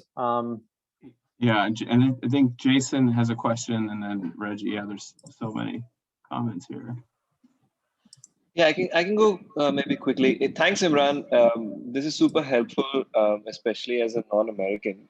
Usually, my time spent in America has been overwhelming whenever the topic of race comes in, and you being Indian, you naturally get plugged into the whole POC camp, and you don't really understand what camp that is. And anyways, but it was really helpful to understand the deconstruction of the various terms and the origin of the theory itself, etc., etc. I won't comment on CRT because obviously, I mean, as you might appreciate, my experience and my knowledge of this is pretty limited. What I wanted to do is comment from the other angle, which you covered in your presentation, which is the angle of what's the Christian response, right? And now this is where it's tricky for me to articulate my question, but because I fundamentally believe that positive change in the world cannot be affected by policies. It's affected by heart change, and that's fundamentally the role of Christianity. But at the same time, extend some grace as I try to articulate my viewpoint.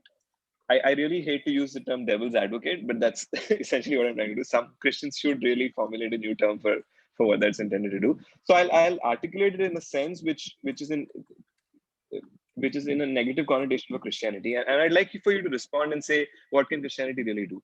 And this is coming from the perspective that whenever I've heard of these sort of conversations in a Christian context, I feel at the end of the presentation, it's very weak in terms of what specific responses can Christians really do, right? And so I want to articulate a few points where I feel Christianity is very weak, is actually set up to be weak in addressing this kind of issue, right? So I'll make a few points, and then and I'm not convinced about it myself, but I'd like for you to tell me where I'm wrong.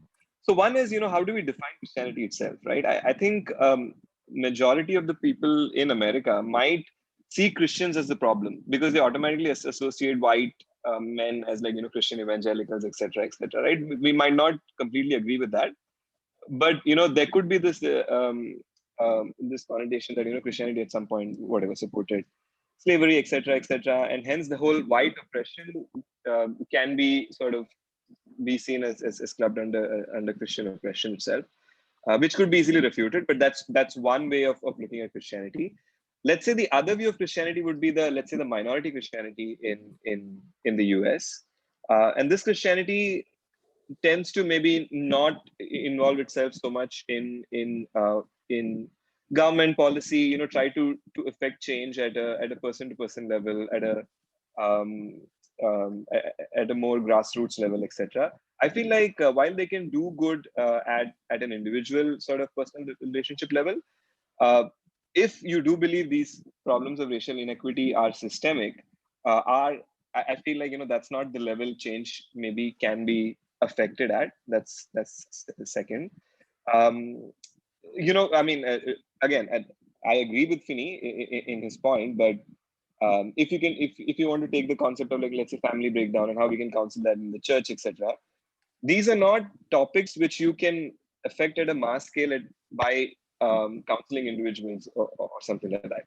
A simple example I would give on the graph that Finney presented is that let's say if there is the graph of single mothers is going up since civil rights movement, I was just doing a quick check, and I don't know if there is a graph which shows what is the penetration of Christianity among African Americans in America, and how has that moved. I'm assuming that increased over a period of time and even continued to increase because Martin Luther, etc., were Christian, beyond the civil rights movement. And if that was the case, in the recent years, it's probably gone down. But in the 1800s, it was very strong. And, there's a lot of the gospel music associated with Black culture, a lot of charismatic movement associated there. So how come Christianity increased, but we still see the evils of, why did that not solve the problems associated with family breakdown, etc.? Right. So that seems another place where I would say Christianity is probably maybe fallen back. And then another thing I noticed is that when I look at the New Testament and Jesus' example, it's all like speaking to the individual to carry their cross and follow Jesus. Right? Again, not a model to if everyone does it, yes, that leads to change at a high level. But it doesn't really, and maybe it was a little bit telling that most of the quotes in your presentation were also from the Old Testament, where to the Jews it was also be a modern society amongst your neighbors. Of course, that's what the church is called to do also. But you see less of that in, let's say, Pauline epistles or even the way Jesus is sort of speaking to individuals in a sense. Now I know a lot of this could be repeated, but what are your thoughts on what I said? Is Christianity really placed to solve this problem, or assuming we don't really involve ourselves in government and policy and all those kinds of things, at a very strategic level, are we really not placed to address this? Yeah. No, you covered a lot of ground there, and I think it was a really helpful comment. I think, maybe just a couple of quick thoughts, and again, I'd love to hear other people's thoughts on this as well. I think the idea of Christianity within minority communities is interesting, and I think that, to me, I think it comes to the question again between individual agency and systemic factors, right?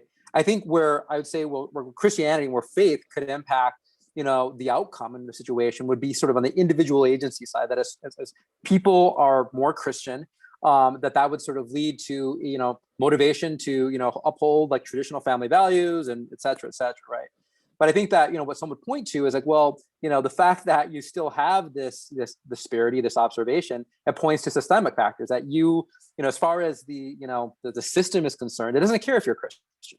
It doesn't care if, you can be, so I think that's an important dichotomy again between the in this discussion, right? Now regarding the second point, I think in terms of you mentioned that we shouldn't use politics to try to. I think that some would disagree with that, right? And I know that there are probably a number of folks on this line who would sort of agree to that. Well, sort of we shouldn't sort of try to pursue change through politics, but many would disagree with that, and would sort of point to there are injustices that have occurred, that the political system is not the tool of God. I think as Christians we're called as individuals to bring about the kingdom of God, but it doesn't mean to the exclusion of trying to advocate for more just policies, right? So whether it's in terms of funding to public schools that are in sort of these areas that minority areas that don't have the funding, or advocating again, there's sort of various things that you can do. Use the political instrument, use the political tools as an instrument to try to make change. And frankly, I think that's the civil rights era, right? So I think to some degree, if you say, well, don't have any impact, don't work through the political system,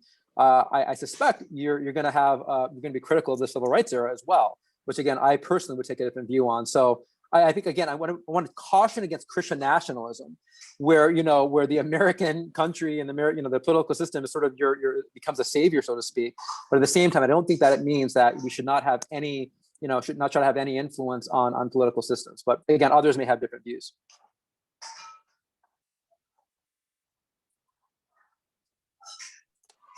Reggie? Oh, and Reggie and then Brenda.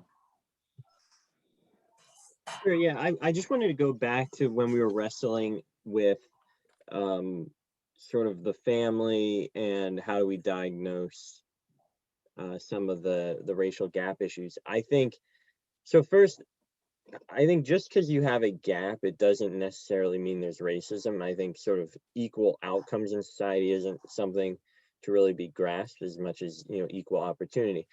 But generally, the way that I sort of understand as I've looked at this is that, you know, we have this sort of the individualists, the people who say, you know, just individual choices, and then we have structuralist people who say it's all the system. What I sort of think in more of a pie chart. And there's different pieces to the pie, and we could debate about how big each slice of the pie is, but the reason sort of for like wealth gaps and maybe performance gaps or whatever, all the gaps people talk about is multifaceted. And I rarely see people, you know, sort of coming out of just the individualist perspective or just the structuralist perspective to really wrestle with the complexity of it. And so I would say, you know, racism is a piece of the pie, historical and some present aspects as well. And then you would have fatherlessness as another piece of the pie. You would maybe have schools as another piece of the pie. You would have a changing economy. That's a huge piece of the pie that I don't think gets enough attention, that right after civil rights, where we're trying to create equal employment opportunities, our economy starts to structurally disadvantage people who are working class because of, you know, globalization, rise of Japan, and manufacturing. You know, I've been alive for 30 years. I've never seen the manufacturing in Philly. The buildings are empty my whole life. And if you talk to Black residents in Philly, they'll say, oh yeah, my grandma used to work, or my grandfather used to work there, right? And so that and the impact that that has, and so and you can draw, and I would draw a direct correlation between that and the rise of fatherlessness in poor white communities. I'm writing in West Virginia. We can go to communities right now where 70-80% of white families in West Virginia don't have a father in the home, right? And what is happening there? The decline of coal and their sort of, you know, their breadwinning opportunities. Boom, it's a nuclear bomb that hits a community. And that started to happen in the inner city in the 1960s and 70s, right? For many reasons, but that's a piece of the pie. Another piece of the pie is crime, right? And the impact that crime has on your ability, you know, for capital to invest, et cetera, and things like that, right? So there's a lot of, you know, maybe we could talk about 8 different pieces of the pie, and you really have to look at all of those things when you consider those differences. And then a quick comment on just the, one of the things too, that sort of, with CRT, kind of going back to CRT, if it seems this almost, you know, like white people are the major problem. And so like white people, therefore by default, kind of have to be the solution, which just seems so reductionist and sort of like, I mean, that is like the definition of like white saviorism or whatever people, you know, people talk about that. And like, to me, that's just like such a sort of narrow way that somehow if white people change their behaviors or all this stuff, like there's, I don't know. I on that spectrum, I tend to lean sort of away from that. And then on the Christian thing, I think so that part of the challenge, and to use maybe a somewhat bad example. So it was the African American Museum in DC. They released the thing. I just remember at HBS this happened, and I think we talked about it in class kind of briefly, but it was basically they released this thing that associated hard work with like a white Protestant culture, or like what, and it was like so now we're taking characteristics that are good and ascribing them vaguely to like white culture or like white privilege and all that stuff.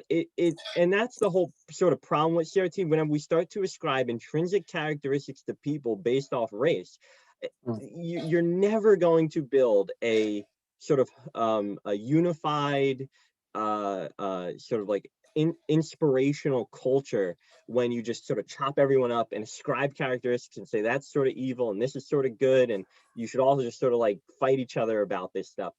It really, to me, is just a total non-starter in that regard. And so I think when what tends to happen with that is they tend to take a lot of Christian aspects and associate that with whiteness, and then you sort of say everything that's not Christian is like good because it's not whiteness, and then you start to sort of throw over, just sort of like topple Christian principles through that mechanism. Now, the one of the things I do want to see, right, is the church there has to be a more recognition of the churches, like color compromise, complicity in or lack of force against Christianity. But the history often gets distorted because many Christians led abolition. History is very messy and complicated. Many Christians led abolition, and even with races, even movements against racism, I would say, as well as leading to the abolition of the slave trade, of slavery, and sort of even the development of human rights, I would say. So, how you sort of wrestle with all that is it's a lot. I mean, we could talk about this for days. No, absolutely. And I think you hit a lot of really interesting points. And I think, and I agree, I think that's where I wanted to highlight, when it comes to soteriology, the idea of salvation, the Bible is not a white man's book. Christianity is not a white man's religion. We need to understand that, right? And this is a Middle Eastern, many of these were people from, the dregs of society, right? So we need to understand that. And I think when we begin to attack, begin to claim that Christianity comes through this white man's religion, that's where we can go into error. That I frankly think that Ibram Kendi is going along that path, which I think is of great concern, right? So I think you had a lot of good points in there. I can't really comment on everything, but and I actually did, maybe I'll just really briefly share this. I did create, I didn't, for the sake of time, present it, but basically it's this idea of, you'll hear this all over now, equality versus equity, and you'll kind of see these different figures, right? And so on the left, this is sort of the camp that really emphasizes equality, right? So equality, really the focus is on people having the same starting point, right? That's where equality is really focused, right? And the idea basically saying, well, and this is showing everyone has the same starting point, everyone can see, right? And their idea basically is that, a lot of these sort of efforts to try to even the playing field, so to speak, ends up cutting people down so that nobody can actually see, right? And so the focus here is individual agency. What explains the disparities? Is it just individual agency, right? And so the assumption is that people are generally starting from the same place, right? And so again, this idea, when you talk about systemic racism, and say, well, this is an unpatriotic idea, that it seems no progress has been made since the civil rights era, that reparations are basically a form of Marxism, right? That's sort of, again, it's all about individual accountability. Everyone has the same starting point and you go, right? On the other side, you have people that focus on equity, right? And the idea here is that everyone should have the same outcome, right? And again, it explains disparities by saying disparities are due to systemic structures. They're not due to individual agency, but they're due to systemic structures, right?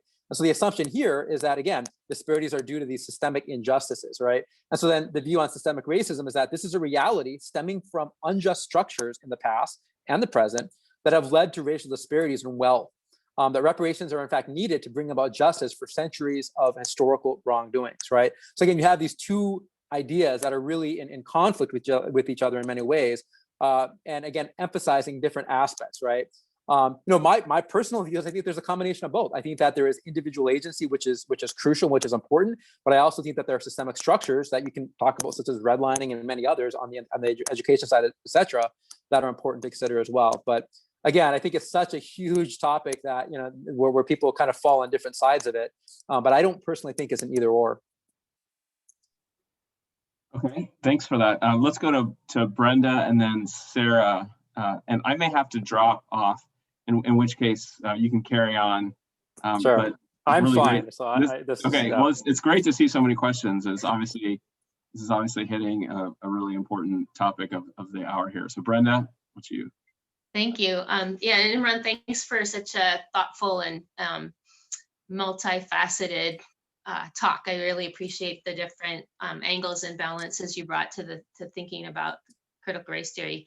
I think, like, for me, as someone who's been trying to read and educate myself and learn more about the history, I'm stunned at the ways that different groups, especially more affluent white groups, have been skilled at using scripture to justify systemic racial policies, and thinking about, the apartheid system in South Africa and chattel slavery in the South, and many of the aftermath of the injustices that Black people faced in Reconstruction and so forth.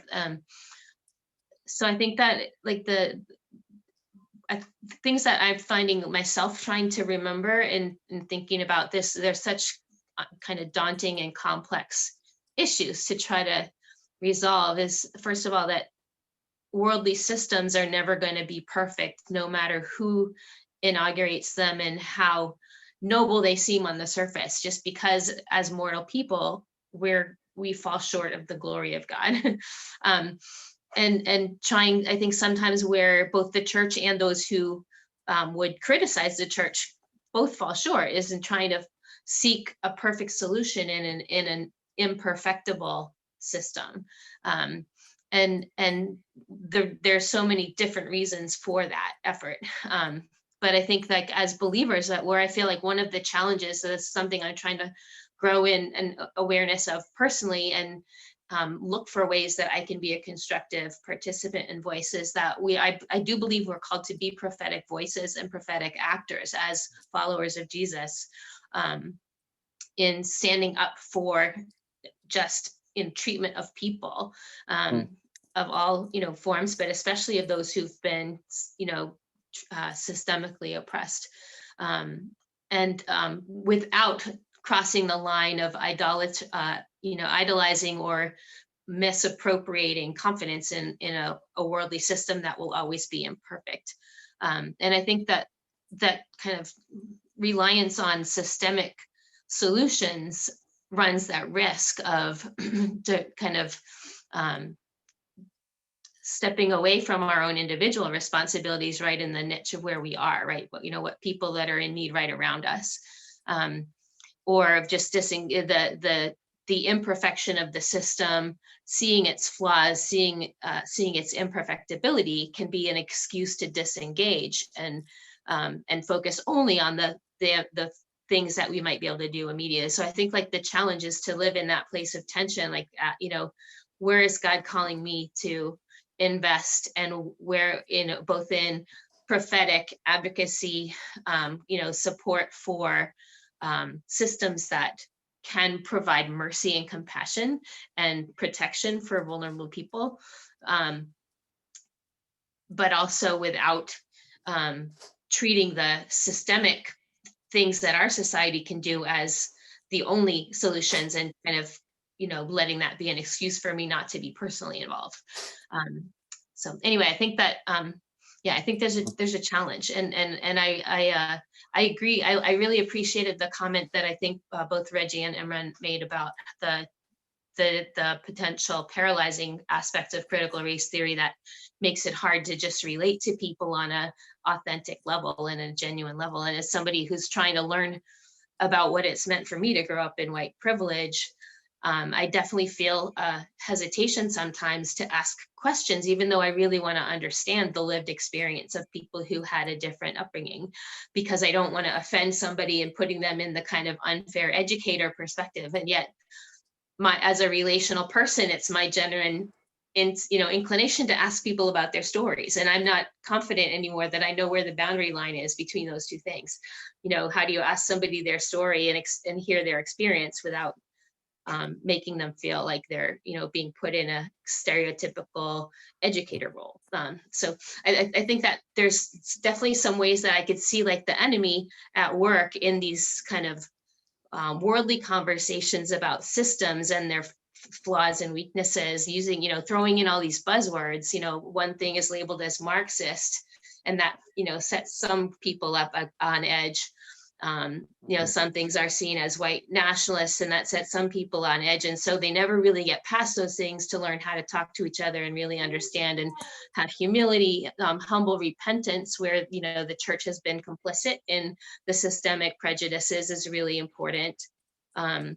But also, an ability to recognize where there is a systemic thing at work that's bigger than it's not just the church.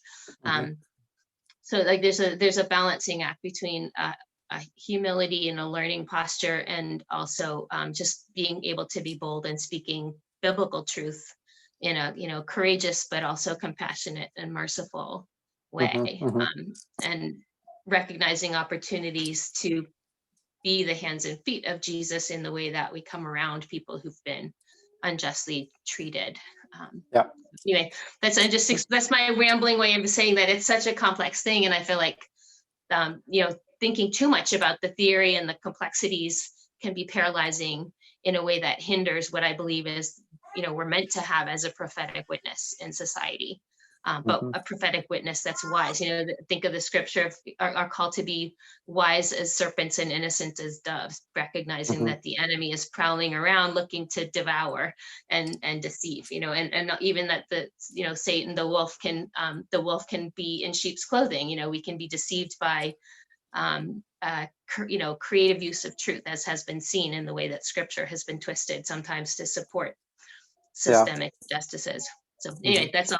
Yeah, Brenda, thank you so much. Yeah, I think that's really helpful, actually. And I think you once again get to that point of sort of the individual focus versus the systemic focus. And once again, I think, and again, this is a comment. I think what by the way, Amina, who's my sister, who is actually let's say a racial justice advocate in her community and beyond, asked, well, okay, well, we can talk about this, but what is the church's response?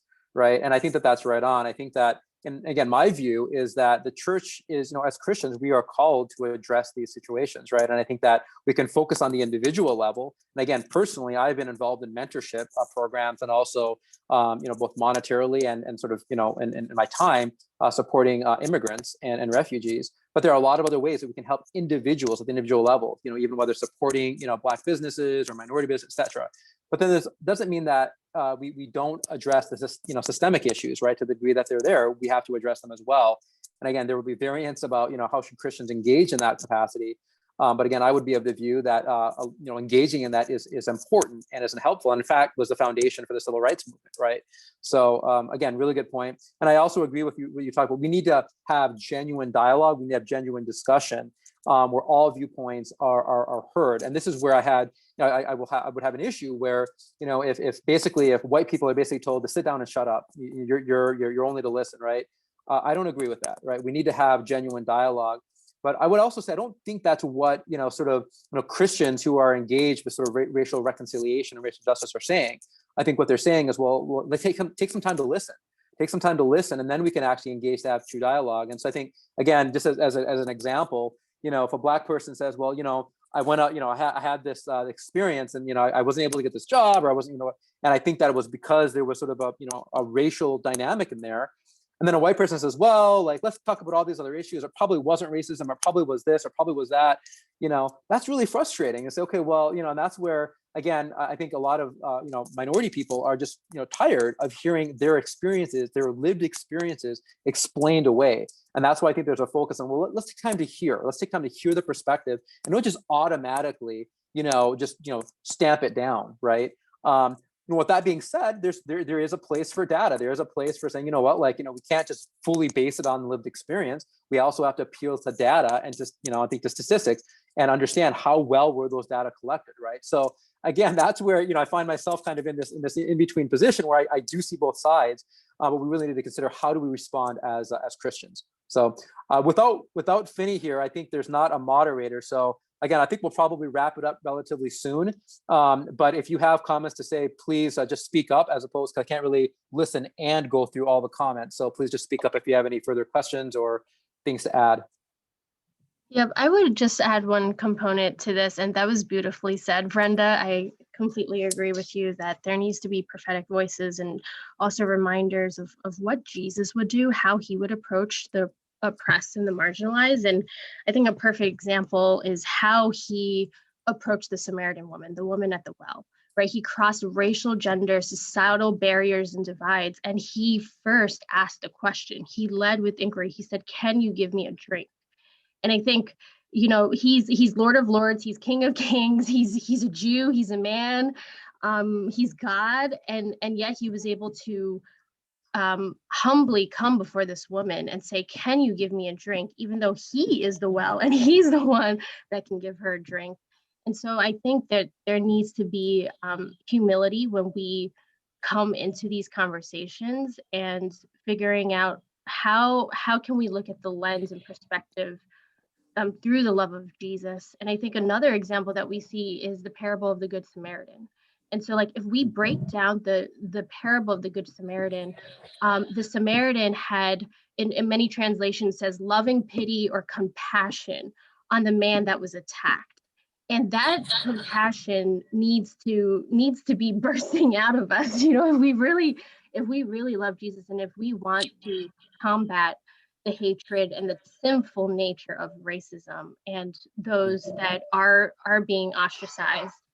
And two was that he put this man that was attacked on his own donkey. He used the resources that he had. And number three, he took him to the inn, right? So there was a caring nature of that. And so I feel like when we break the scriptures down in terms of relevancy and how we could see it through you know, the eyes of Jesus, it will, that love will break those barriers. And yeah, I just think about, Imran, what you said in terms of objective truth. I would add that the Bible is absolute truth, right? So if we believe that this is absolute, that this is objective, that's the truth that we hold.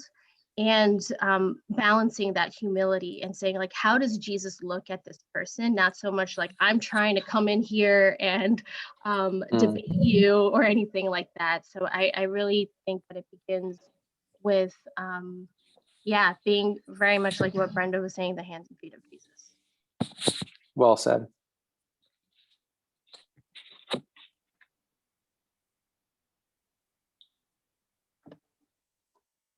Good. Any other comments? Okay. So this is, oh, go ahead, Sarah. Sorry.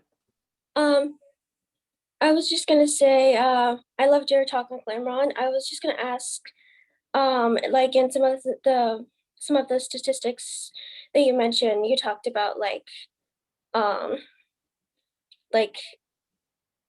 how Asian people are like less like in poverty.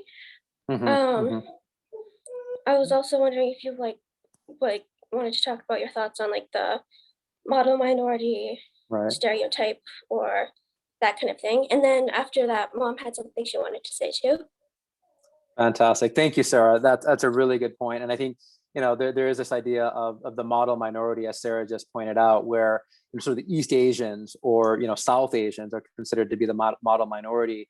And I think that if you look at that, basically you can look at the, you know, sort of the wealth as one example in the US of the quote model minority.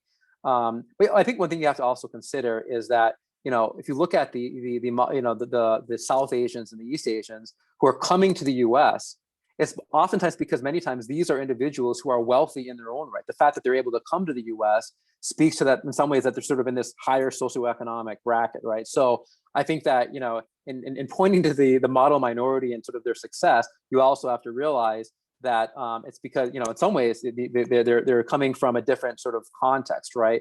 Than, for example, you know, Black Americans, many of whom are direct descendants of slaves, right? So I think there's a different dynamic there that you have to consider when discussing that. So yeah, so I think you said Azra had some comments. I was just going to bring up, someone had mentioned, I think it's been alluded to, the idea that sort of what is the Christian approach, and an approach that has often been taken by Christians has been the approach of preach the gospel and that will solve all of the problems. And I think someone also alluded to the idea that, you know, in the New Testament, what we're told to do is to take up our cross and to follow Christ. And I just wanted to bring up the idea that it is definitely true that Christ tells us to take up our cross and follow him. And I would see that as both an individual command and a command for all Christians. But I think that some of it is also looking at context, and like when we're talking about things like what is going on in our nation at this current time, I do think that it's helpful to look at, like, if you're talking to somebody who is oppressed and you're saying, put your hope in this world systems, we're going to have a revolution, that's how everything's going to change. But that's not necessarily God's means of saying, of giving hope. That oftentimes God will say, put your hope in me, put your trust in me, despite the oppression that you're experiencing, take up your cross and follow me. But I think that it's a different discussion if you're talking with the groups. So for instance, like the Pharisees, I don't think that Christ would say to the Pharisees, go ahead and continue the oppression, just let the people put their hope in me. Instead, he would say, change your ways of oppression. And so I think that it's a different discussion. So I think that it's a both and. Obviously, we find our personal hope in Christ, and our hope and salvation is in him. But I don't think that means that we don't look, even just from a New Testament model. I don't think that Christ is saying, and those of you that have the ability to influence oppression, ignore that and just put your hope in the future kingdom. But I think he would say, enact justice wherever you can. Really That's all. well said. Yeah, thank you, Azra. That I think absolutely hits spot on for me. Yeah. And that's where I think for me. May I Sorry, just go share? ahead. Oh, go ahead. Go ahead. May I just share one thing? I'm sorry to interrupt. I'm really inspired by everyone's insights. I just wanted to mention, I agree politics and government are not the be all end all, and that God can solve all the problems. However, as our last speaker just mentioned, also, however, until God solves all the problems, for one example, I wish the US Senate would stop voting against illegalizing lynching. That would be a good start. And it does give a glimpse into how government can sometimes be a little naive or blinded to some additional POC issues. If we can't agree that lynching should be illegal, then I think we have a big problem in this country, and the Senate consistently votes against illegalizing lynching. That's one problem. So where government and politics can change. And secondly, I also agree that percentages in studies can be misleading because they're controlled by people leading the studies and whoever's funding it also. But studies perhaps can give us an idea of some of the potential root causes of these problems, where it can give us an idea where some of the solutions could also happen, and that paired with the people of color experiences that you mentioned could help give us a start. That's really good. That's really helpful. And actually, based on that, I actually want to share something really quickly. I didn't present this, but just in terms of objective data, right? So it turns out that this guy named Josiah Clark back in the early 1800s, and he was a scientist.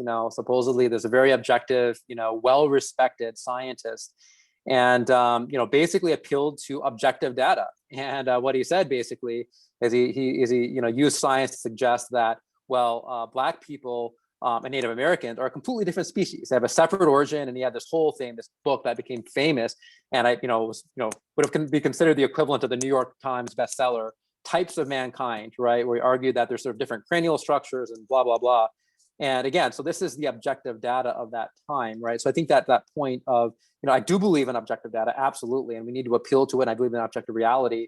And as Christians, we believe that Jesus literally died and rose from the dead. This is a literal historical fact, right?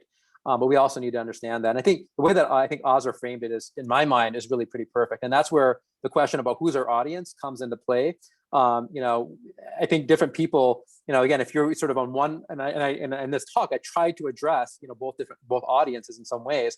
I think, among the racial justice advocates, I think that, fully agree, fully behind the efforts there.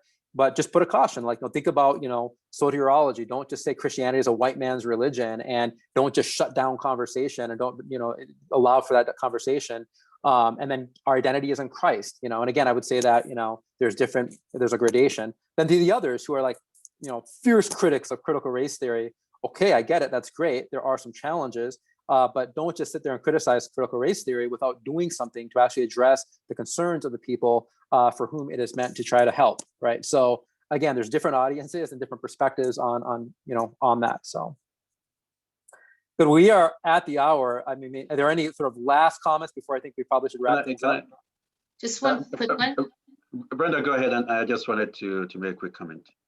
Okay, yeah, so I just quickly also, I really appreciated Asra's point and about the Pharisees, and it just reminded me how I think one of the ways that I feel like we're called to be prophetic voices is to call people in power to account for how they use their power, and to, within the church, to help one another to be accountable to the way that we use what God has given to us, whatever our context might be.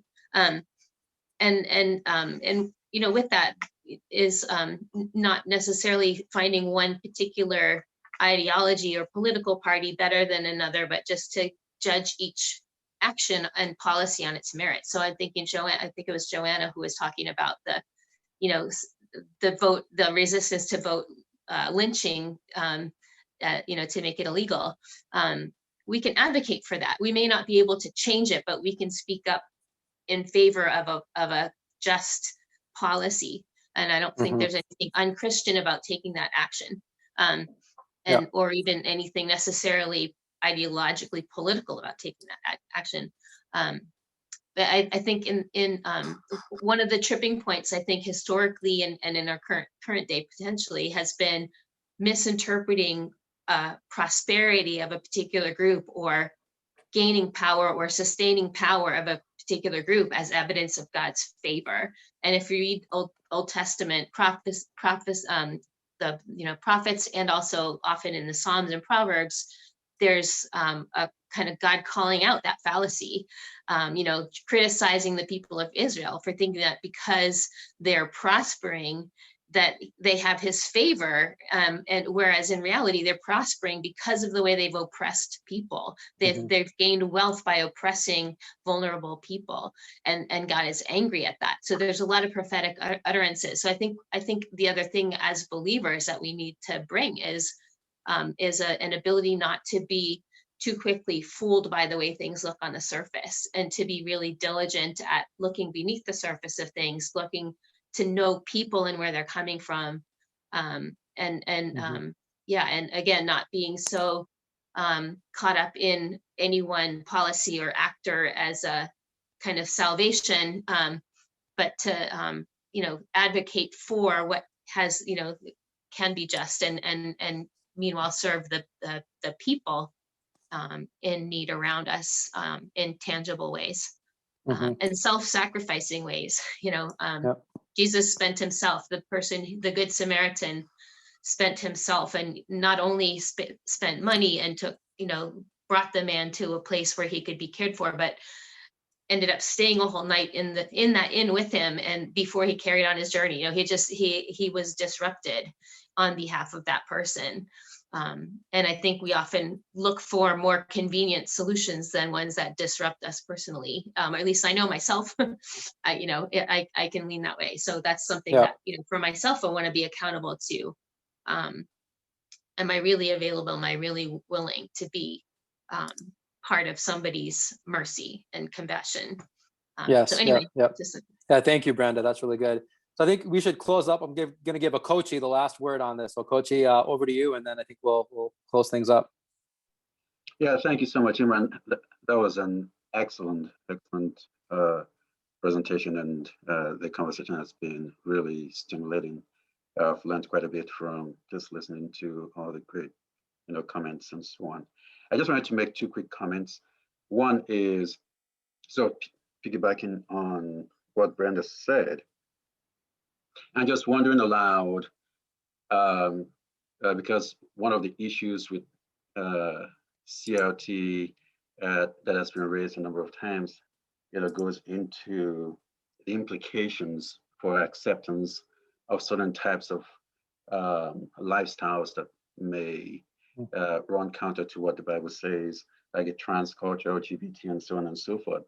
And just the quick comment is, like the Samaritan, like Christ did in his response to people whose lifestyles would be condemned by the establishment, including the Christian establishment today, whether there might be an opportunity for us to, as Christians, to re-examine how we engage such communities to see what we can learn from Christ himself. Because there was a conversation and a process and a relationship that led to him being able to say to some of these folks, go and sin no more. He didn't just show up and say, go and sin no more. There were things that